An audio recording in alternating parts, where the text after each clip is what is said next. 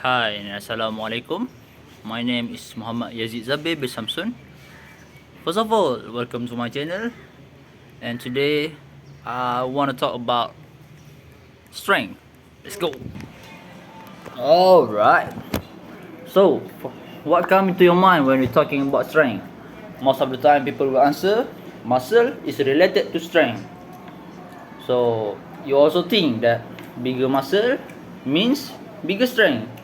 However, in today's video, it is always not the case. It is not always the case, and I'll be explaining to you what else that related to strength. Okay, allow me to explain to you why muscle. Yes, stop all of your work. You are so skinny. What you know about muscle, man? You are ugly. You are because I got the knowledge, man. Now listen to me. Knowledge is power.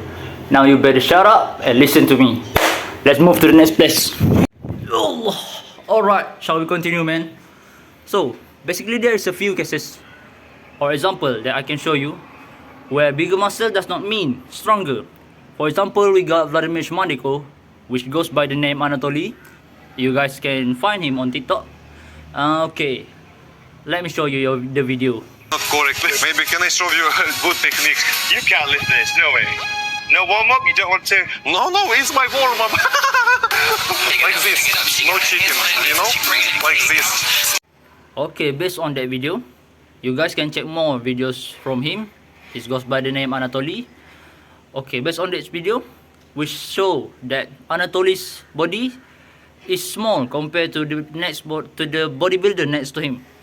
Although in that size, he still managed to lift heavy weight, similar or heavier to the bodybuilder, which is basically bigger than him. Other cases, for example, like studies in women in sport, state that women can increase almost double their initial strength without any observable changes. So what explains this? Allow me to explain it. Alright, so how can we gain strength without any muscular changes or increase in muscle size or muscle mass, hypertrophy basically? So Enoch argue that strength can be achieved without structural differences in muscle, but not without neural adaptation. So this means that strength is not solely the property of muscle, rather it is the property of motor system. So what does this mean? Alright, man. In order to understand the motor system, we must go first to the motor unit. So what is a motor unit? Motor unit is the fundamental or the functional unit of motor system. It consists of two things, which is a motor neuron and the muscle that it's controlled. So when the impulses travel to the motor unit, it's sent to the muscle that it controls, and now the muscle contract. Now we understand this concept, we can go dive into another process which is called the recruitment of additional motor unit. Recruitment of additional motor unit means we recruit more motor unit, causes more muscle contraction, more muscle contraction exerted bigger force means stronger. So how to activate a motor unit? Okay, great question. Now, in order to activate a motor unit, there is a condition that we must feel. Before I explain this condition, we must know three things, which is the excitatory impulses, inhibitory impulses, and the threshold. Let's start with excitatory impulses. So, for example, when doing push-up, the excitatory impulses is my weight, the stimuli.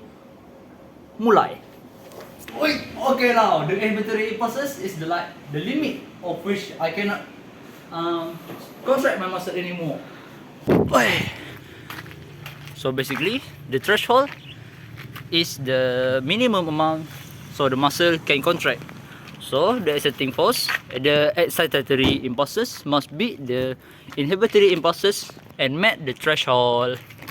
Allah, I have given you two examples where hypertrophy does not usually mean strength. Now I will give you the third story, which involved Eddie Hall, the strongest man in the world, try to lift 500 kg deadlift.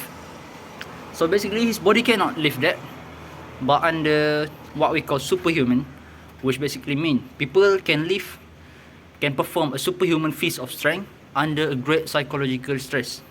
What happened to Eddie Hall is he managed to lift the weight that he supposedly cannot lift, but there is consequences to that, where I think he passed out and bleed through his nose. So basically, human have this autogenic inhibition that inhibit us to exert excessive force that can injure our body. Now I will explain to you what is autogenic inhibitory inhibition. Okay, autogenic inhibition is protective reflex in your body that allow you so you do not injure yourself. So what involved in this reflex is what we call GTO, which is Golgi tendon organ. So it sends the excessive force exerted by you and then send the signal to our spinal cord and then cause the muscle to relax. This is important to act like a switch so that we do not injure ourselves. What a great body, man. So finally we have reached the end of the video. So I hope this video give you knowledge about the strength that I've been talking a lot this time. But I have another purpose of this video, which is to motivate all of you guys who have been working out lately, but maybe you feel sad that you do not see any improve in your muscle. So I hope that this video can be the motivation of you to keep working on, keep work out. Although you may not see the result, but in kind of muscle increasement, but I believe that you should see the result in term of strength. As we all know, the God will not betray our hard work. So keep working out. Thank you and Assalamualaikum.